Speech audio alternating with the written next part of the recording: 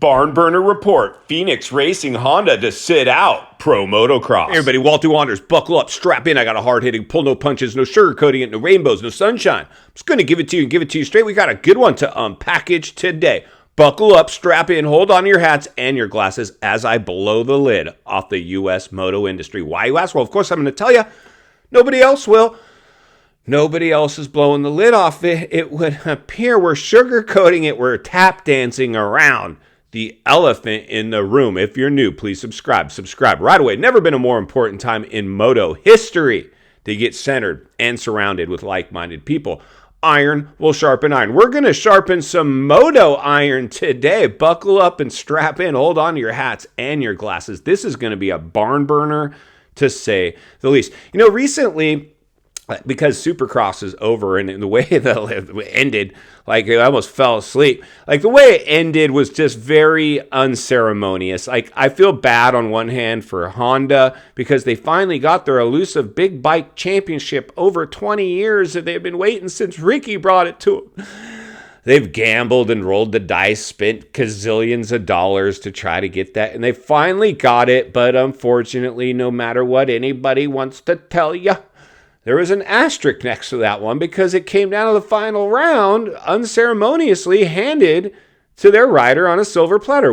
He was there. He had to be in it to win it. He was in position. It's all good. It's all fair.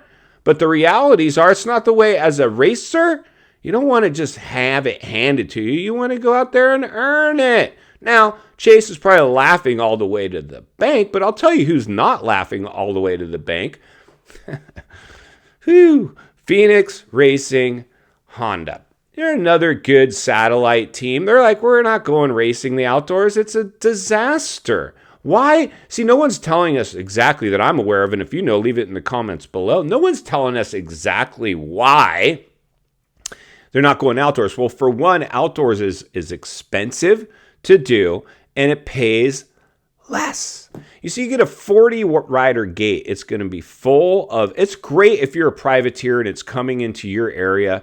If you're a privateer, it's your chance to go race a pro national. But the amount of teams that are going to chase this series all around, crisscross the nation for limited television exposure, this thing is evaporating. It all comes back to the health crisis. If it's not for the health crisis, we might not be talking about this. But the realities are, because Supercross was over, I watched some of the old, because I know for here at the show, a lot of us remember Supercross in its heyday, right? In its heyday when it was Bubba and Ricky and McGrath. I mean, those were some insane battles, some insane races. But even more than that, there was speed. You know, the Speed Channel or NBC Sports or ABC, all the major networks were picking this thing up. And if you go back, search up like the, 06 to 09 to 012 coverage of the old Supercross races, even the television packages were so much better than the television packages we're getting now. They were so awesome. But at the end of the day, the racing, I mean, these dudes were battling. Now these dudes are afraid to go off the track. They're afraid to jump a double on the wrong flag. They're afraid to bump into somebody. They're afraid to take any vitamins. They're afraid. This thing is just squashing the industry, and they're wondering why it's failing. Well, this is systemic failure, meaning it's within the organization itself. So for me, when I see Phoenix Honda now announce they're not going outdoors, that's a big blow. See, like let's take World Supercross. Like they've contracted riders to come ride that race, right? They've financially incentivized people to come do. World Supercross is about to blow up. I believe they've adding more rounds. They're going to continue to add more rounds. More and more riders want to do Supercross only because it's easier on the travel, it's easier on them, and it pays more. So the outdoors is about to get evaporated. This is going to be a really revealing season because my guess is we could get more and more riders dropping out of the outdoors. A lot of these riders probably that are hurt and that won't be going outdoors and maybe jump in and do a select round or two. There's no real incentive for them to do this. And we can see Honda just through Team Honda, factory HRC Honda, has thrown so much. Nobody can compete with the money now that they're throwing at this. Unfortunately, I believe for Honda, they're going to be in a little bit of trouble, and here is why. We're entering a financial crisis once again. This has happened in the industry before, in the '08 era, where a lot of teams had a hard time because at the end of the day, if you can't buy motorcycles, it used to be saying what sells on Sunday or what wins on Sunday sells on Monday. That's not going to be the case anymore. We're going to see people shrinking back from sales of motorcycles. That's going to find its way into the manufacturers, into the teams. They're going to start trimming the fat. A lot of these riders are capitalizing now. All these contracts, there's still stimulus money left over from the stimulus era. That's going away. Mark my words. These riders that are getting paid big bucks, it's going to be harder and harder for their agents to negotiate similar contracts in a year or two from now because we're entering into a financial crisis, a recession. That's just the realities of what's going on. It's all courtesy of the crisis, the stimulus era. We overheated the engine of the economy. It's going to reach in and grab the industry. That's why we're seeing right now people bailing out of the outdoors. They're getting in front of this. They understand we shouldn't spend this kind of money if we can barely break even. It's not worth it to us. It's not worth it to us riders. It's not worth it to the sponsors. It's not worth it to anybody. It's going to be really interesting if and when we even can get to playoff rounds, what that's even going to look like. All I'm seeing, let me know what you guys are seeing. What I'm seeing currently out of the industry is a lot of sugarcoating it and spin doctor moves in terms of what they're trying to say is this is a great season. No asterisk by sex. No, just keep watching. Pay for Peacock. This is a bad sign. Like I said, networks, back when they attached themselves to our industry, the coverage was killer.